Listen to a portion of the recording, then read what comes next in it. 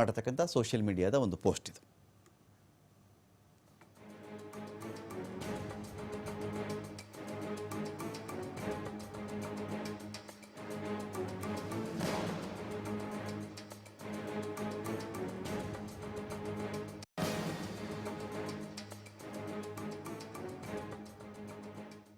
Trump ಹೇಳಿದ ತಕ್ಷಣ ಕದನ ವಿರಾಮಕ್ಕೆ ಇರಾನ್ ಒಪ್ಕೊಂಡಿದೆಯಾ?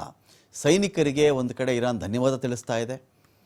ವಿದೇಶಾಂಗ ಸಚಿವ ಸೈಯದ್ ಅಬ್ಬಾಸ್ ಅರಕ್ಚಿ ಇರಾನ್ ವಿದೇಶಾಂಗ ಸಚಿವ ಇಸ್ರೇಲ್ನ ಆಕ್ರಮಣಕ್ಕೆ ಕೊನೆ ನಿಮಿಷದವರೆಗೂ ಕೂಡ ಹೋರಾಡಿದ್ದಾರೆ. ನಮ್ಮ ಸೈನಿಕರು ಶತ್ರುಗಳ ದಾಳಿಗೆ ಕೊನೆಯವರೆಗೂ ಪ್ರತಿಕ್ರಿಯಿಸಿದ್ದಾರೆ. ನಮ್ಮ ಸಶಸ್ತ್ರ ಪಡೆಗಳಿಗೆ ಧನ್ಯವಾದ ತಿಳಿಸ್ತಾ ಇದ್ದೀನಿ ಅಂತ ಹೇಳಿ ಟ್ವೀಟ್ ಮಾಡಿದ್ದಾರೆ. ಇದರ ಅರ್ಥ ಯುದ್ಧ ಮುಗೀತು ಅಂತನ. ಆದರೆ ಇಸ್ರೇಲ್ ಮೇಲೆ ದಾಳಿ ಮಾತ್ರ ನಿಂತೇ ಇಲ್ಲ.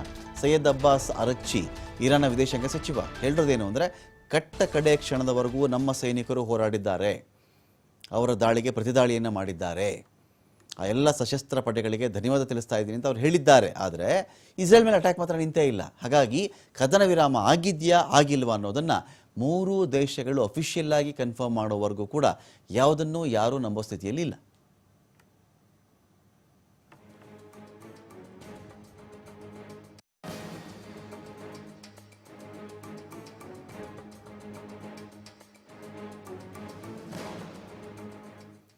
ಟ್ರಂಪ್ ಏನೋ ಕದನ ವಿರಾಮವನ್ನು ಘೋಷಣೆ ಮಾಡಿದ್ದಾರೆ. ಇದಾದ ಬಳಿಕವೂ ಕೂಡ ಇರಾನ್ ಇಸ್ರೇಲ್ ಮತ್ತಷ್ಟು ದಾಳಿಯನ್ನು ಮಾಡಿಕೊಂಡಿವೆ.